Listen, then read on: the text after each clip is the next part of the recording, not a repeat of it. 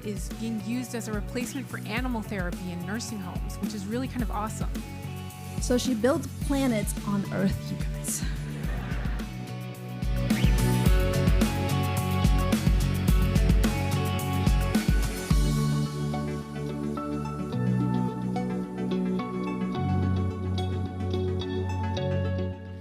Good evening, everyone. How are we doing? Welcome to the Museum of Science. Thank you for your patience. We had some slight tech things we just had to sort through, but it's going to be worth the wait, I promise. I'm James Monroe. My pronouns are he, him. I am the creative director of programming here at the museum, and I'm really excited to be welcoming you all to this fantastic evening. We are here to celebrate the new release, this fantastic read, Frostbite, How Refrigeration Changed Our Food, Our Planet, and Ourselves. And we have with us tonight its incredible author, Nicola Twilley. Yes, let's have a hand for Nikki. We have a long history with Nikki. We are such huge fans of hers and the Gastropod podcast. And when she reached out to us to see if we would want to be a part of the release of this book, we jumped at the chance, and we're really honored that she asked us and invited us to host its Boston debut. And we're thrilled to have her in conversation tonight with another long-term friend of ours here at the museum, Nikki's Gastropod co-host and co-founder, Cynthia Graber, who's going to be joining her on stage, yes, for this fantastic conversation. And tonight is work that's coming out of our Centers for Public Science Learning here at the museum, specifically our Center for the Environment. And it's the role of the centers here at the museum to infuse the intellectual capital of our wider communities here into the museum and to translate that into our different products across the institution. And some of the many ways that we do that is through public programming like tonight, as well as our year-long content spotlights. And 2024 is currently the year of our Earth Shot. And so all year long, we've been focused on issues of climate change, sustainability, and resiliency. And we've been creating a suite of products, everything from exhibits to programming to curriculum, digital content, and so much more, all with the goal of inspiring all of us to take action and to contribute to creating a greener, more equitable future for everyone. And we have a very short clip that's going to show you some of the work that's already happened over the course of the year and what's still to come. So please enjoy this clip. We know what to do. We have the tools, we have the knowledge, but do we have the will? Once the water starts to rise, and that is out of sight, she'll want the devil on her teeth. Today, the biggest question I get as a climate scientist is, what can I do about it? What you know about your neighborhood can really help to have these conversations about how we can make our neighborhoods more resilient. It begins. I wanna fly, can you take me far away? Give me a star. Climate change, all of this is science. And I'll go so El Nino is coming. How will rising sea levels impact air travel? touch the ground. How can youth make big changes in their community that help relieve the effects of the climate crisis? That all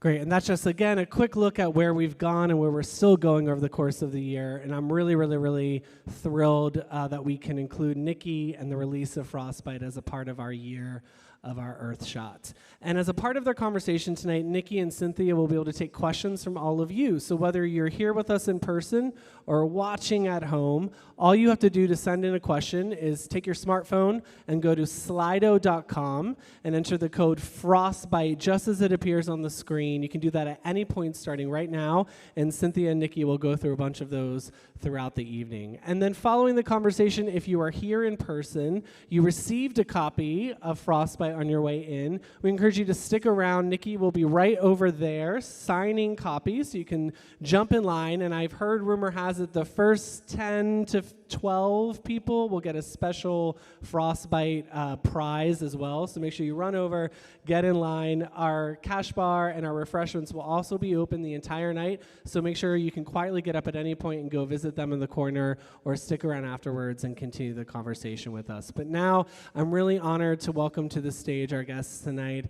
Nicola Twilley is the author of Frostbite, How Refrigeration Changed Our Food, Our Planet, and Ourselves, which is recently released and has already been named by Amazon as one of the best books for the month of July. She's also the co-host and co-founder of the award-winning and acclaimed podcast Gastropod, and she is joined in conversation tonight with her co-host and co-founder of Gastropod, who is also an award-winning reporter and radio producer, Cynthia Graber. Please join me in welcoming to the stage Nikki and Cynthia.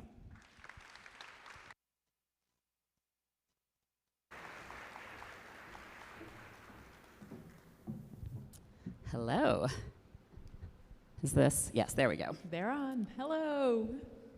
I'm going to make sure my iPad with all my questions. So this is our first performance home, our first live show we did here a few years ago as Gastropod, but the fun now is that I get to put Nikki in the hot seat. I get to be the one to ask questions. But we're used to being here together, so it feels good. It is. It's really nice to be back. So I'm going to jump right in. Now, your book is all about how refrigeration changed basically everything. And I think that most people tend to think of refrigeration as our fridges at home, but that's not it. So to get a broader sense of the scope, could you please kind of describe what is the cold chain? Yeah, the cold chain is this industry term that now I'm completely sort of absorbed as my own. And it kind of is what it sounds like. It is the chain of cold spaces that your food moves through between the farm and the table.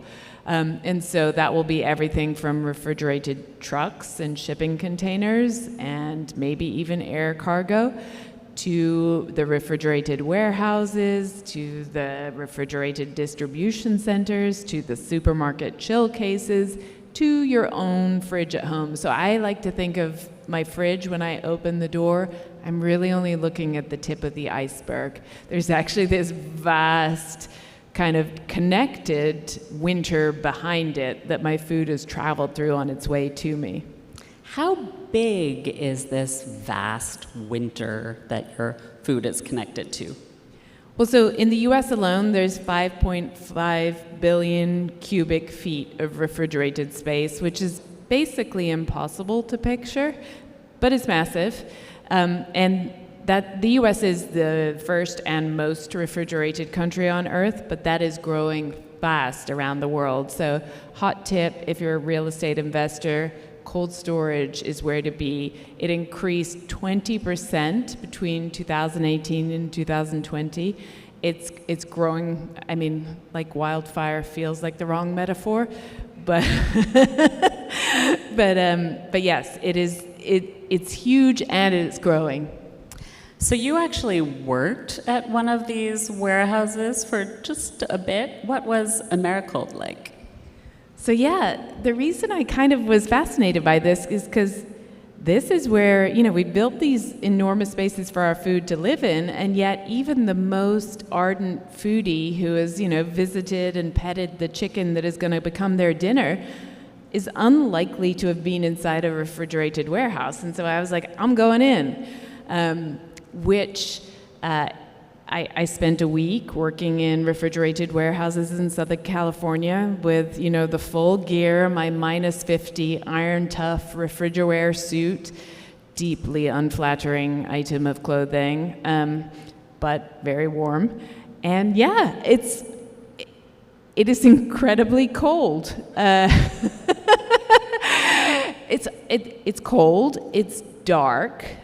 Because lighting, gives off heat and uses energy, so they keep it at this sort of blue-gray twilight. There are no windows, of course. Sound and light travel more slowly in the cold. That's science. So everything feels sort of muffled.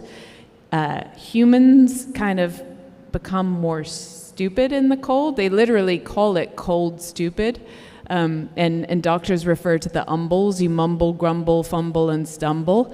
Because you slow down in the cold. So everything feels hard. Nothing works. People have to make special computers, laptops with internal heaters and screen defrosters. Your nose runs all the time. Your fingers are freezing. The one guy who had glasses, oh my God, every time he went in and out of the different rooms, the condensation, he was blind.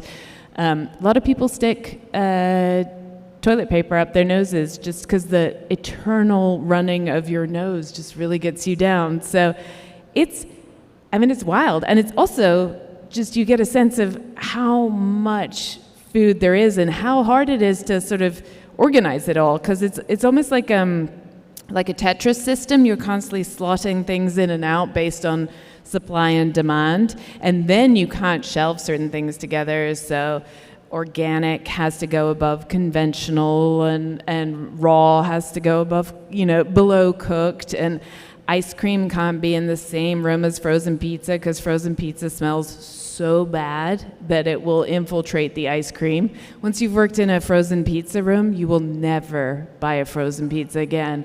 I couldn't get the smell out of my hair. It was disgusting.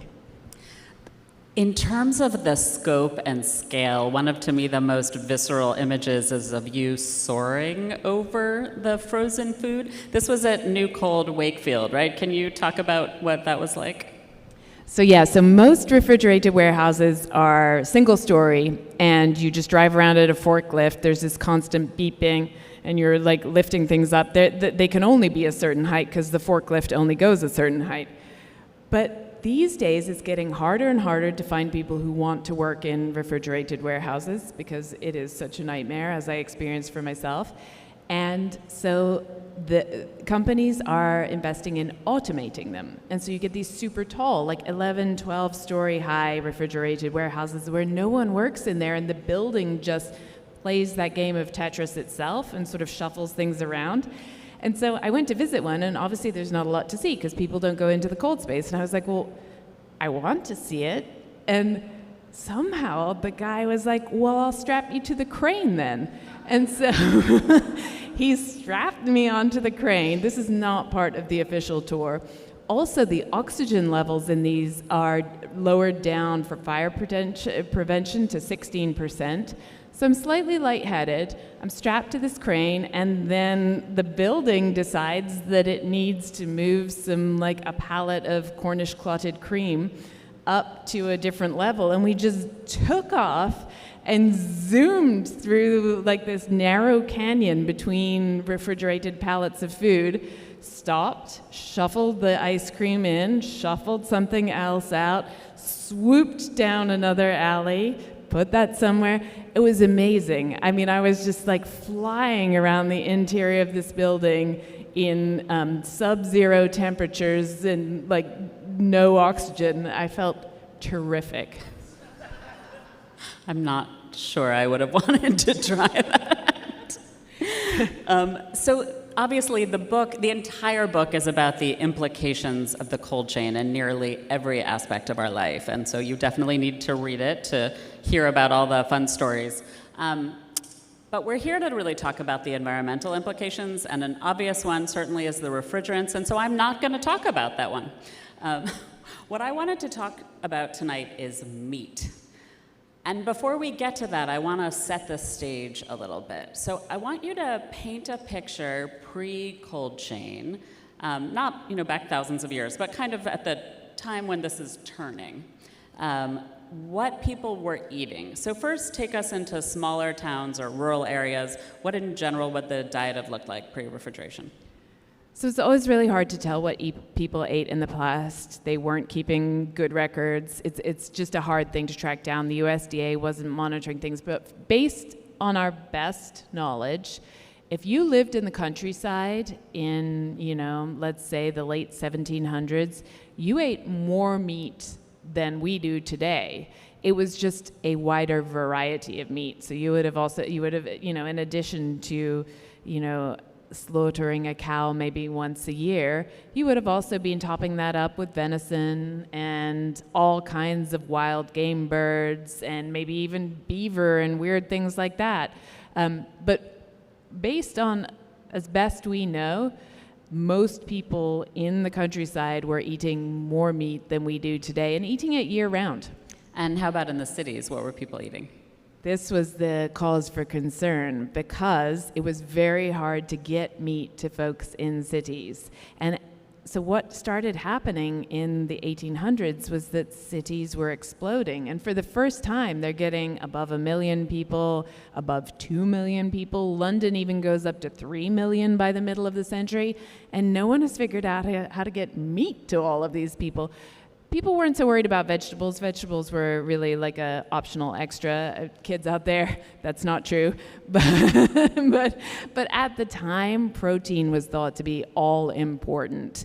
And it was really hard to get meat to people in cities, so they ate a lot less. And what they did eat, I mean, it's just, I could hardly believe it when I started looking into this. But like, for example, if you wanted to eat turkeys, those turkeys had to be herded into town. So people would herd turkeys, that just sounds like a joke. Come on, you can't herd turkeys. But they would try and herd turkeys into town. You read these descriptions of all the, nighttime falls and all the turkeys fly up into the tree to roost and everyone's chasing them down to try to get them in the city.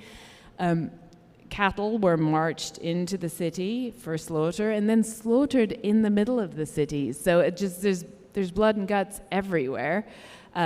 Dairy cows were kept in basements and brought up for an annual holiday once a year. They were sent out to a field to get some sunshine for a few weeks in the summer and then brought back and put in basements again.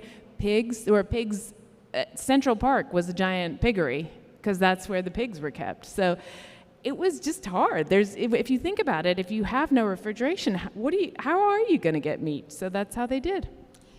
Anybody from around here who has seen the turkeys in Cambridge knows it is impossible to get them to do what you want them to do.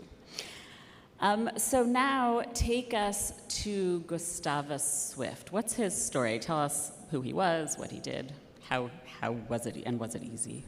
So he's actually from the Cape originally, one of the youngest sons of a very large family, and I hate to trade in stereotypes, especially in New England, but he had a characteristic that New Englanders are known for, which is extreme thrift.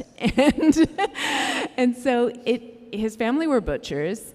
It drove him mad. At the time, cattle were being shipped live on railways. So by the time he's born, railways have solved some of this problem. You no longer have to walk the cattle. You can bring them in on a railway.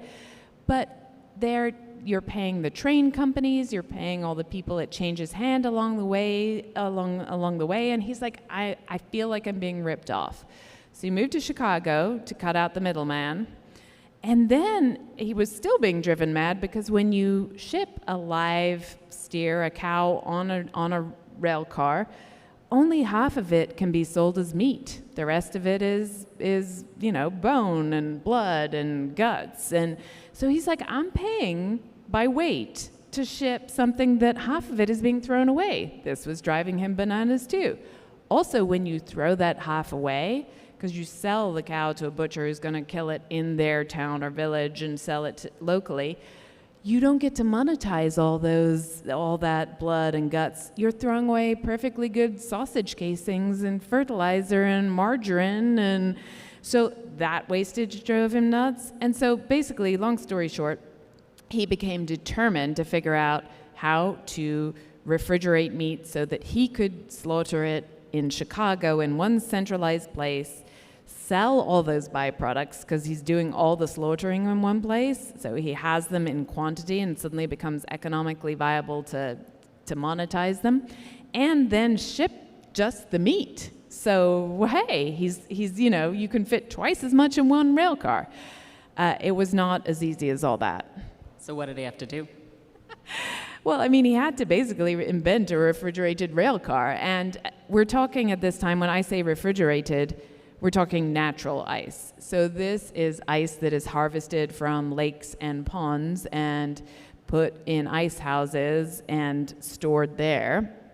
And he had to put it in rail cars, figure out how to make that work. Surprisingly difficult. He had to figure out air circulation issues. Parts of the rail car would not be cold, other parts would be too cold.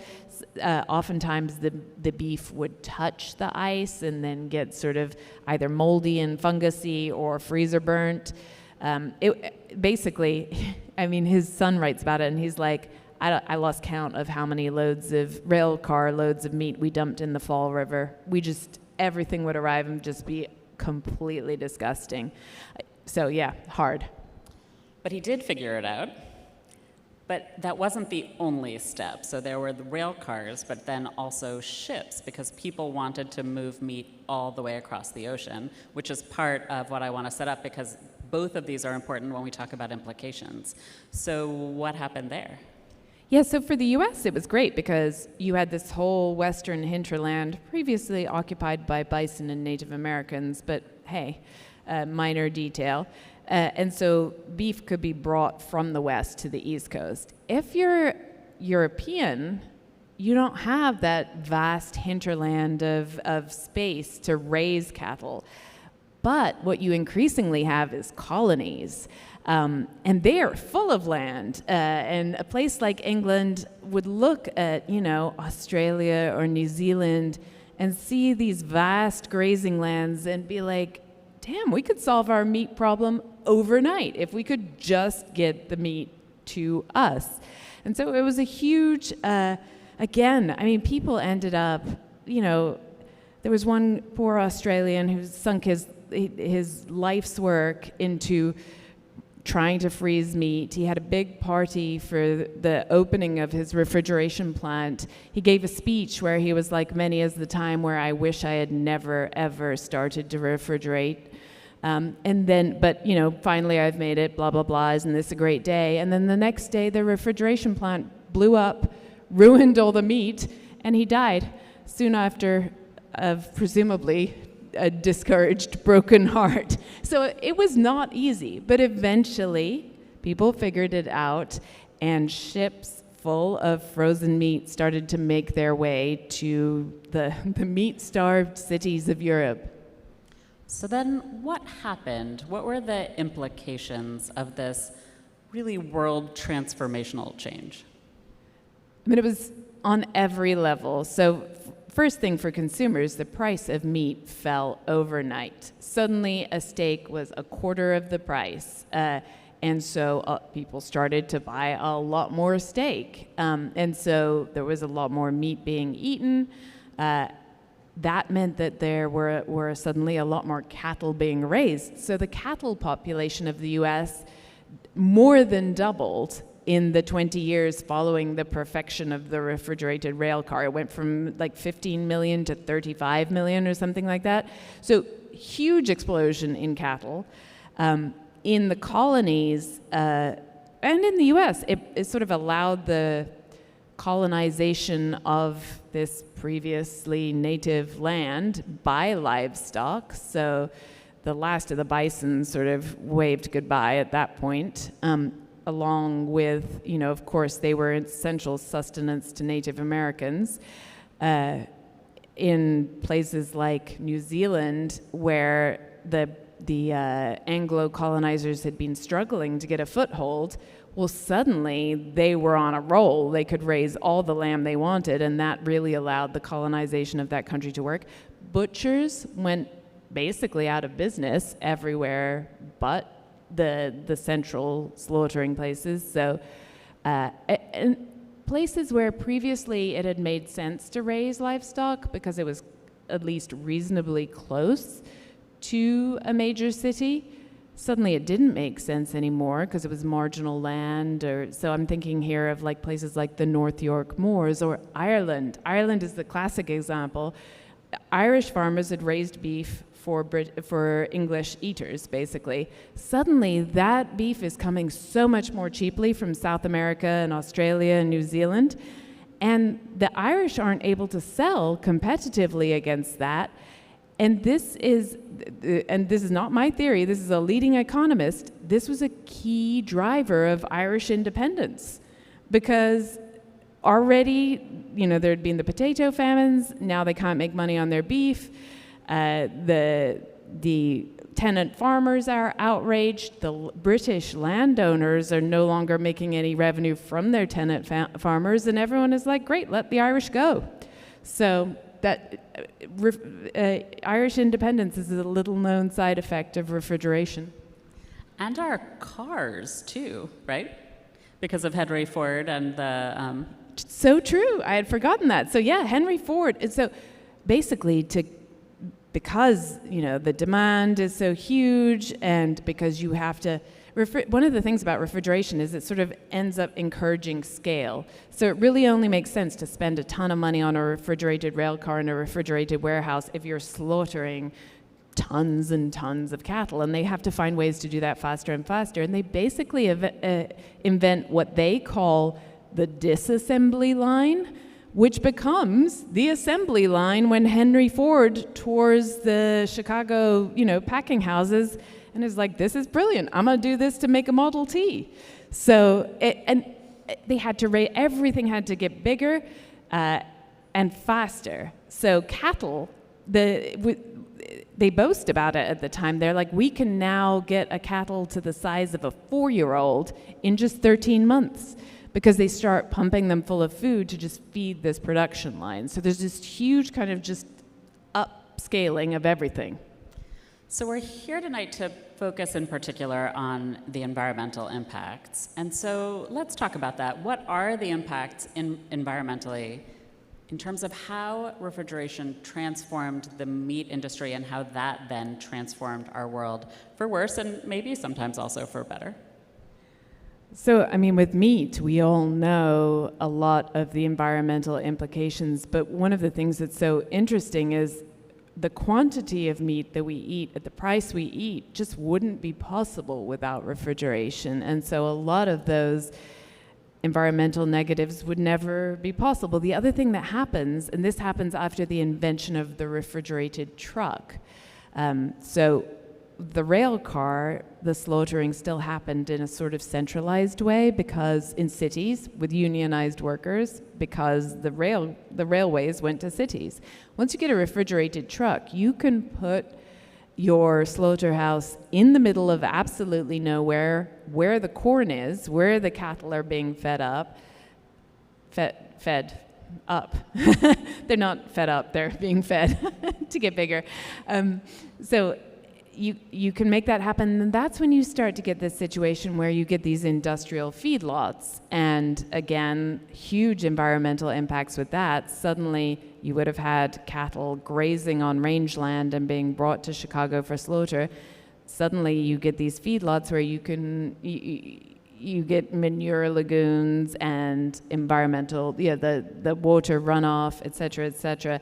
So, not to mention the labor issues, which we're not here to talk about, but once you have this de-unionized workforce in the middle of nowhere, you get all of the abuses that we see within the meat packing industry. So there's a lot of environmental impacts. One of the lines I quote in the book is from a writer called William Cronin, and he writes that he's talking about the refrigerated rail car that Gustavus Swift invented, and he says, forgetfulness was among one of the least noticed but most important of its impacts. And really what it did was take meat and the blood and guts of slaughter and the mechanics of getting it to us and the people who have to do that job, it took that and put it completely out of sight. And by doing that, it enabled us to enjoy a ton of cheap meat without thinking about any of the consequences.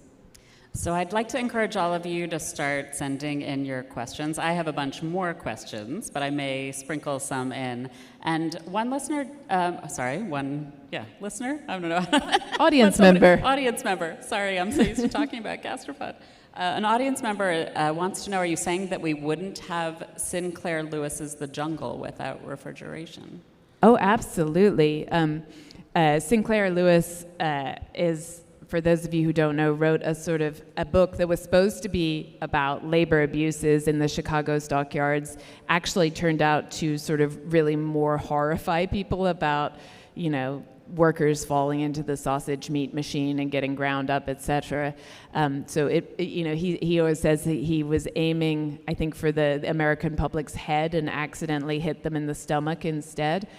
But that idea of that scaled up slaughter makes no sense if you can't distribute the meat and store the meat. You just literally wouldn't kill that many animals at once. And so you wouldn't have had the Chicago stockyards without refrigeration. It just wouldn't have been possible, and it didn't exist.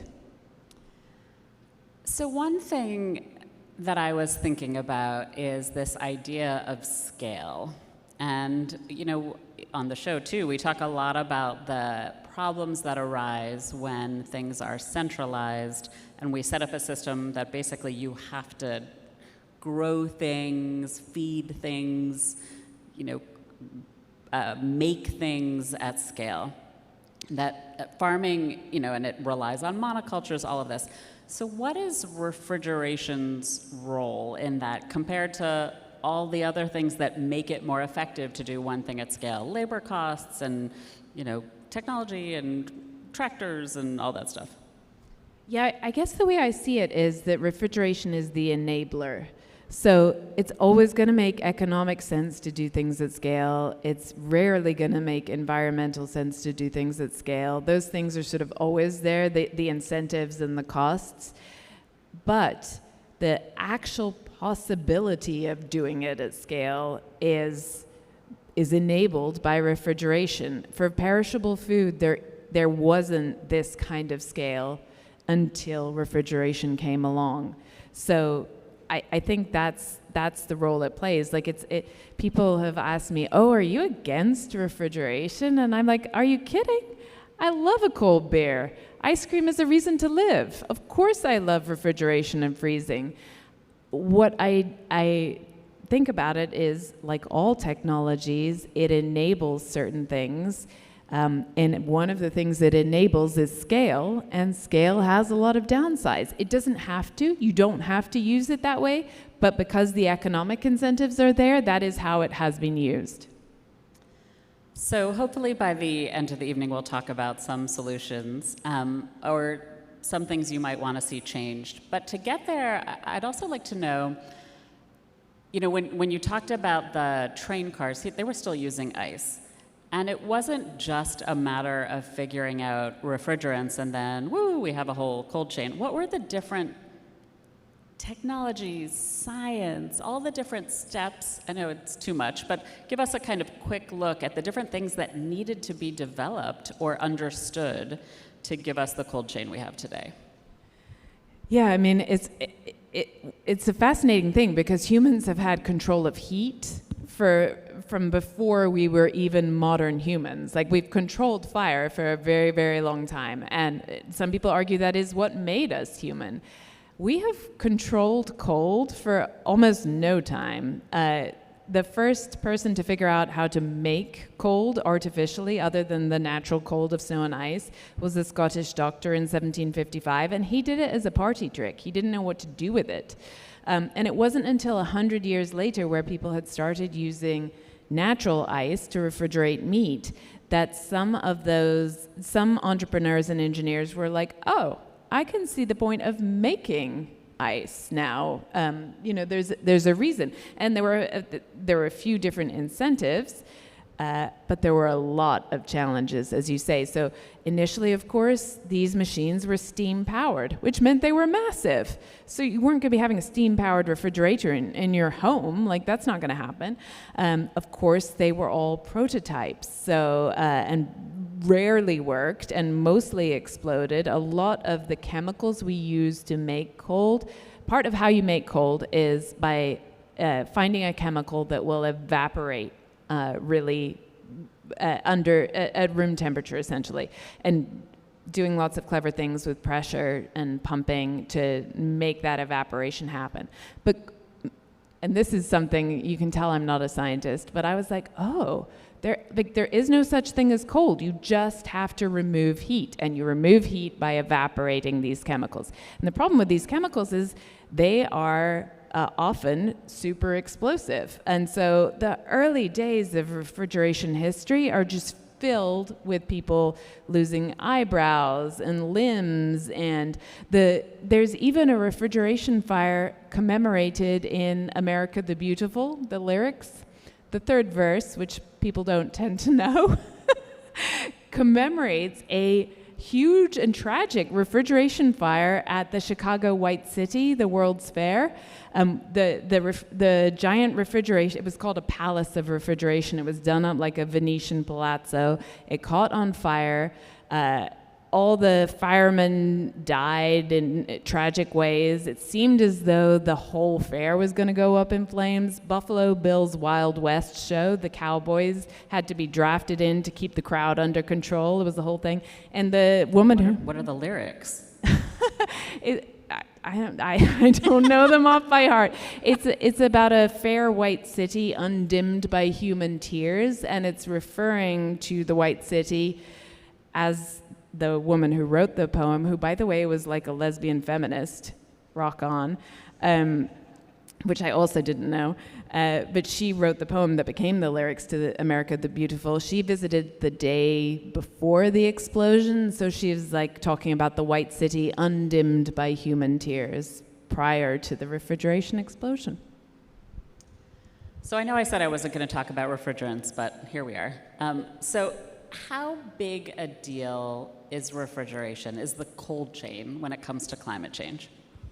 It's a really big deal, and a huge deal, in fact, and a growing big deal. And it's in two ways. So one, it takes a lot of energy to make cold. This is not surprising. You can't mess with thermodynamics like that and expect it to be energy-free.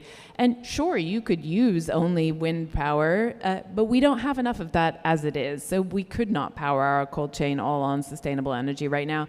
And because the cold chain is growing so rapidly, not just in the US, but around the world, there's no way we can run an expanded cold chain on sustainable energy technologies we have right now. Maybe we can solve that. We haven't. The other problem is, like you say, the thing we aren't going to talk about, the refrigerants, the chemicals that are used to, evaporate and basically pull heat out of the boxes that we want to make cold. And those chemicals, some of them, especially the older ones, are just very explosive and dangerous. The modern ones turn out to be super greenhouse gases. They are many thousands of times more warming than carbon dioxide. And so those, unfortunately, they leak a little from your refrigerator, they sometimes leak a lot.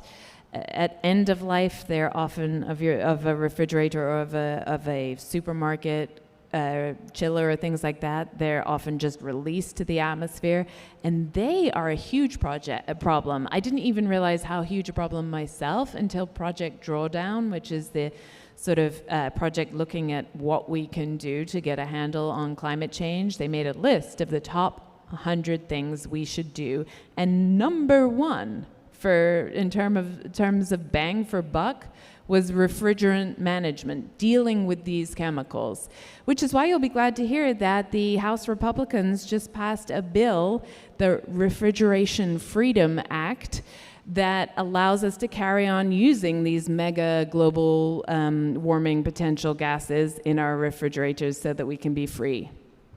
So everyone should vote, is what you're saying? They should. I'm going to start taking some audience questions. I have more questions myself, but please scan the code, go to Slido. Yes, Slido. I have a bunch of questions here. So from, quote, the only child here, did you ever get the umbles from working there yourself? I mean, I think I am permanently mumbling, stumbling, grumbling, and fumbling, as anyone who knows me and works with me will agree. So it's probably hard to tell if I was cognitively impaired in the cold, because generally I'm a little bit of a klutz anyway, and often forget what's going on and require help. But I would say that I did find, like, for example, I was carrying a notebook and pencil because I'm a reporter and I was taking notes, and you can't record in a cold storage warehouse because it's too noisy. The refrigeration is just, and the ventilation is just rumbling constantly. So I can't do what I would normally do as a journalist, which is just tape it and deal with the transcript later. So I'm having to write things down, and I looked back at my notes, and it looks like I don't actually know how to write. I mean, I have very good handwriting, cursive, beautiful. I've won prizes for it. It's like incomprehensible. I sent them to my fact checker, and she was like, I guess the person said this. So yeah, I would say that the notebook was the real tell, that I wasn't operating at 100% even for me.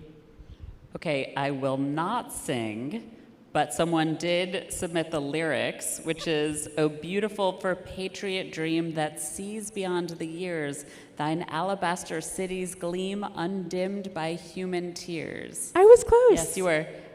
Till America, America, God shed his grace on thee, till nobler men keep once again thy whiter jubilee. I hope she's referring to the city and that it doesn't burn up. I think it's all about the white city. It's not some like white supremacist thing. I think. I hope so.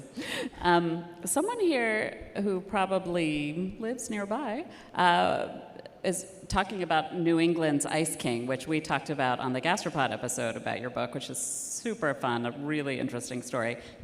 But wanted to know if you visited Fresh Pond for your research. And I have to admit, I know you were in New England. Fresh Pond is really close to here. I'm very familiar with it, but I didn't know it had anything to do with ice. Well, they harvested ice from Fresh Pond. I did not visit Fresh Pond. I visited a pond in Maine and harvested some ice myself. There are not very many places left in America where you can harvest ice. There's, I think, a place in Wisconsin. Anyway, there's this one lake in Maine. It's up outside of Bristol somewhere. In the middle of nowhere, and I drove there in a snowstorm, so I have no idea where it is really, to be honest. But you can go and you can harvest ice from a lake and put it in a old-fashioned ice house, and better yet, if you return in July, you can use the ice you harvested in January to make ice cream, which I did. So that was very exciting. There should be reward for labor. And someone else wanted to know on the same topic. At the time, the person here didn't say this, but thinking about the Ice King, and he got to be fabulously wealthy by making money off New England's cold, which these days is hard to remember, but it does get very cold here. And this audience member wants to know if harvesting ice from all these lakes had a permanent impact on the ecosystems. Yeah, that's really interesting, isn't it? I am told no, other than people made artificial lakes, additional artificial lakes, because, they didn't have to be deep. You only harvested the top sort of foot anyway. So a lot of people would dam a stream and create a little lake so they could harvest ice. So I imagine that had some environmental impact. It did get rid of a lot of the sawdust that was clogging up New England waterways, because the sawdust turned out to be really useful insulation. Previously, it had just been dumped in the rivers, and it was clogging them up. And with the boom in the ice trade, it turned out to be like, oh, we can use this. So there were, pros and cons, as with all things. Someone wants to know that we think about our refrigerators and freezers like they're different things. Did they split at some point? Is that a consumer distinction? Is that distinction made at industrial scale too? They're really on a spectrum. They're not as, the reason you have a fridge freezer together in your home is because they're running off the same mechanism. It's just a factor of how cold one is. And refrigeration and freezing do work in terms of food preservation in slightly different ways. So refrigeration is stopping bacteria and fungi metabolizing. It's stopping produce metabolizing. That's how it keeps things good. The same way that it slows down humans in the cold, it slows down how fast an apple breathes and how fast the bacteria in your milk will multiply that are going to spoil it. That's what it does. Freezing adds another sort of, it not only does that slowing, but it also locks up available water by turning it into ice. And bacteria and fungi need that water to live, many of them. And so it has an extra preservative layer as well as, you know, being that bit colder and thus slowing things down. They were invented separately, I guess. It was much harder to get things cold enough to freeze.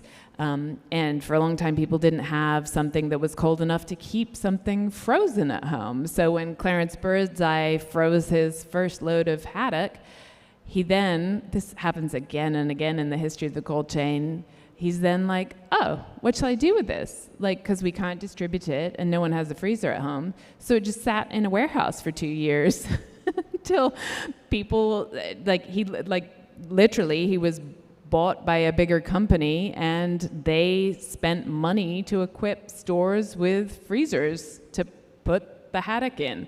So it, you know, the technology had to catch up, but yeah. This actually led to a question that I wanted to ask you, which is a random question. It's a random factoid I loved in the book, and it's about orange juice. And so how did the cold chain create our national breakfast beverage and also inspire people to buy their own freezers?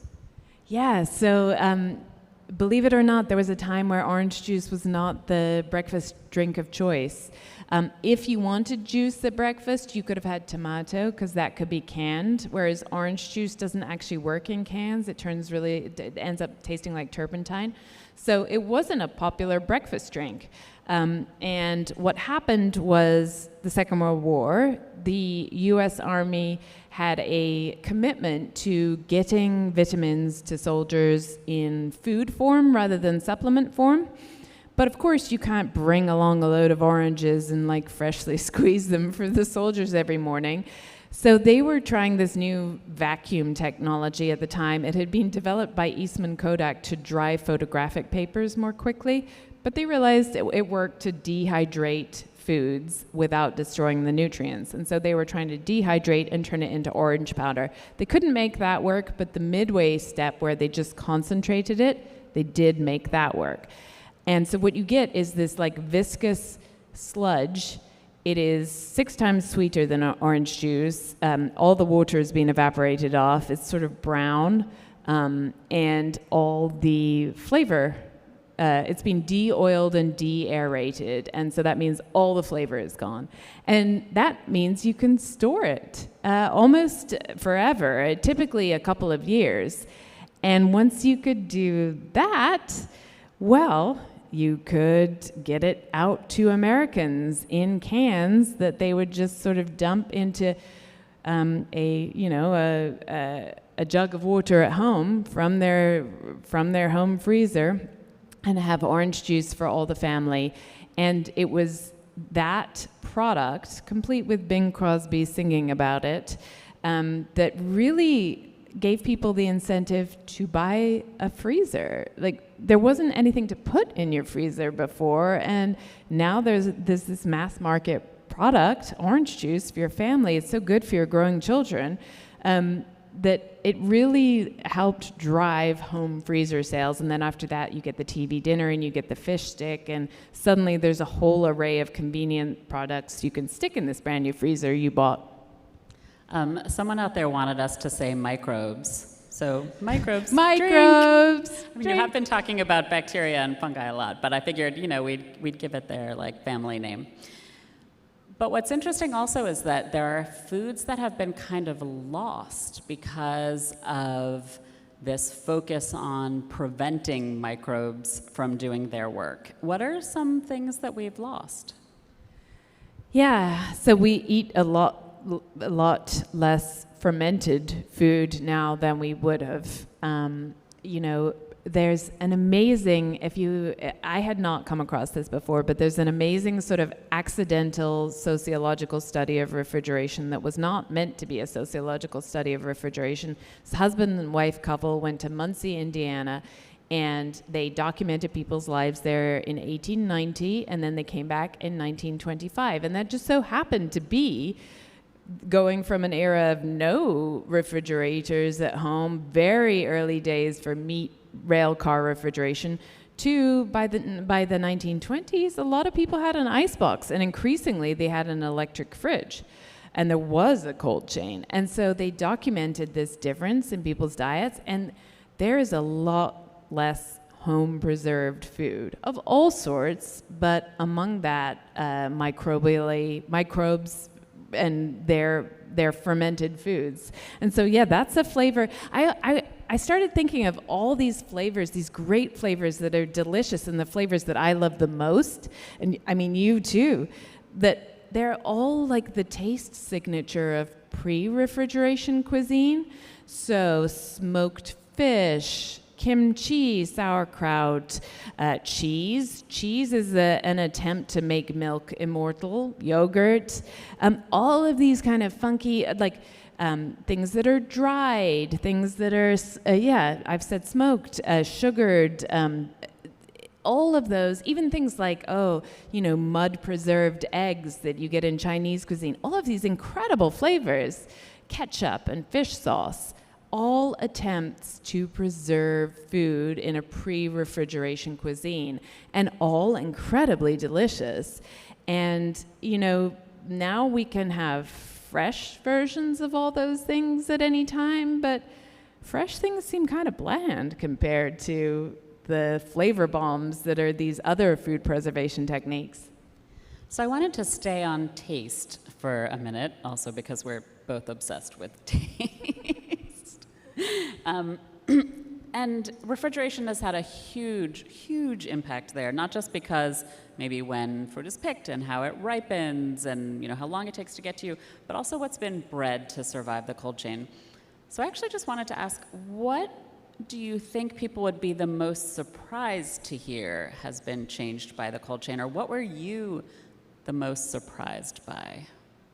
I mean, had not occurred to me that by de-oiling and de-aerating orange juice to store it in this way, and even that's a frozen concentrate. They do that for the not from concentrate too. They have to strip out the oil and oxygen. What it did was give them an opportunity to strip that out and then add it back in a standardized way. And it had never occurred to me. It's really obvious if you think about it, but it just hadn't occurred to me that freshly squeezed orange juice tastes different every time you have it, slightly different, but different orange varietals, different times of year. I live in LA now, and I have an orange tree in my garden, not to boast, sorry, it's great. And I know that the juice I get in January is very different from the juice I get in April, just because of how long it's been on the tree, the sugar content, the flavor, everything's changed. But Tropicana tastes the same every time you open the carton. And how do they do that? Well, they turned what was a downside of refrigeration, that you had to strip out the flavor and add it back, into an upside, which is like, now you can add it back in exactly the same formula every time. And so now you have a brand. You can have something that is recognizable, identical every time. You can have loyalty. You can have Tropicana be different from Minute Maid. It's like the Pepsi and Coke of orange juice, and that's because of how we store them. So, the orange juice did weird me out. So we've been talking about climate change, and an audience member has a question that I'm curious if this is something that you can do the math on quickly, or if you've thought about. You know that. Berries. Americans are obsessed with berries. Children are obsessed with berries. I think in your book it says it's like one of the fastest growing markets. And somebody wants to know, what has a smaller carbon footprint, fresh berries or frozen berries? And I guess it also, what if I freeze the berries that I buy at the farmer's market? What if I buy berries from Maine? Or if I have fresh berries from California? Can you, how would you think about that? This stuff is so hard because it's like, well, where are you when you're buying your berries? Are you in Southern California? Because they're grown just up the street. So then the fresh berries might have a smaller carbon footprint than the frozen ones. But are you in, I don't know, New York in the middle of winter? Well, then the fresh berries probably have a huge carbon footprint, depending on where they're coming from. Are they air freighted or are they transported by ship? So it's almost impossible to ever give a blanket answer on that one because it's so context dependent. What I can tell you is what you may already know, which is that the frozen ones, if your fresh ones have had to travel at all, if they are not local and not, say, from your farmer's market or your back garden or your pick your own, then the frozen ones are likely to have more nutrients. And this is something that I hadn't really figured. You buy a bag of spinach, you put it in the fridge, you eat it a week later, you pat yourself on the back for having eaten some vegetables. Well, it has roughly 50% fewer nutrients than it did when you bought it. The fridge keeps it fresh, but it doesn't stop the process of, like, that spinach is still breathing, metabolizing, burning through its own internal resources, and thus having fewer nutrients left in it for you to eat. So stockpiling things in your fridge is a terrible idea. So whatever berries you're buying, just if they're fresh, eat them at least, because they'll be much better the day you bought them than a week later. That gets to actually a pretty big environmental implication of fridges, and this is something that's way more complicated than we're going to go into now. You should read about it in the book. But you talk about the ways in which supermarkets, home refrigeration, and government policies are all kind of connected. And you quote someone as saying that small fridges make good cities, and good cities only require small fridges. So what does this mean in terms of the environment? Yeah, so Americans are notorious for having the most gigantic fridges in the world and multiples of them. And you will all have noticed this if you travel. Most European households have much smaller fridges. And there's a couple of things that happen when you have a really large fridge. One, you tend to do a really large shop. And that means that you often have to drive your car to the store to buy all that stuff, so you can't walk. And you're going to a bigger store that can keep all of that variety in stock, so you're not going to your local high street. And there's all sorts of statistics in the book about how much the opening of an out-of-town supermarket just decimates your local high street, and local businesses go out of business really fast. So, for example, in a lot of European countries, in fact, there's been legislation limiting the size of those out-of-town supermarkets in order to keep their downtowns walkable and thriving and vibrant, and places where you can still go and buy food and other things and enjoy running into your neighbors, etc. So there's that level of it, but also the problem is once you have a big fridge and you fill it, what happens is you don't eat everything in there. And often the argument made in favor of refrigeration is like, oh, well, it prevents food waste. And it certainly does on the way from the farm to the warehouse. Where that falls down is at the supermarket and especially at people's homes. Because there's this sort of safety net mentality where you've got a full fridge and so everything's okay, but you don't have to eat the things in it. You can actually order DoorDash tonight because you don't feel like cooking. And the fridge will keep everything good, right? Until it doesn't and you have to throw it out. And so what happened was, prior to refrigeration, it's estimated that about 30 to 40% of food went bad on its way to market.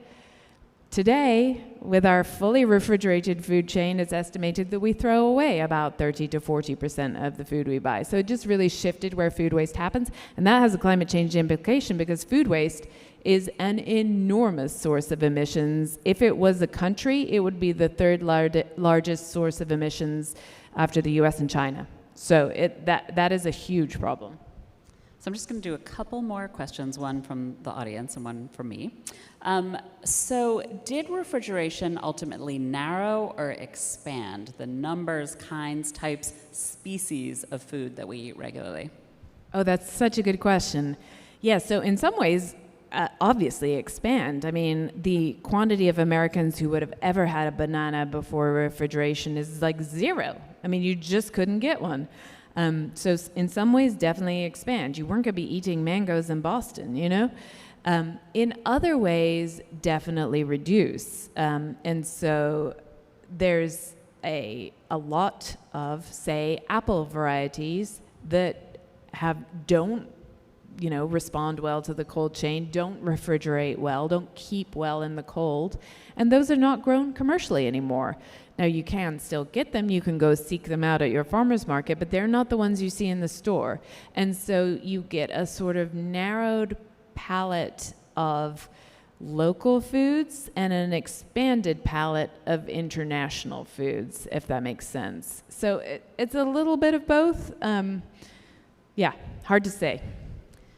So in the book and on the Gastropod episode, we tell the story of a peel, which is this very cool technology that could have a huge impact on the cold chain. So aside from a peel, not that one, if you could wave a magic wand and change something about the cold chain, considering the incredible impacts it has had and is going to continue to have in the future, what would that thing be?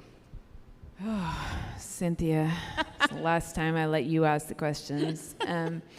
So I think I would like to, I would like to reintroduce seasonality. I think there's something really nice about having to wait for blueberry season. But that, all parents of all toddlers everywhere are like, no freaking way. We have to have blueberries all year round because it's the only fruit my child eats, et cetera, whatever. Sorry. Leaving aside, like, more Luddite solutions like that, I do think it's really exciting that people are inventing new ways to preserve food. And so when I started thinking about writing this book, I went to the library to see if anyone else had written a book about refrigeration that wasn't like a textbook for engineers and whatever, because you want to know, like, what's the competition.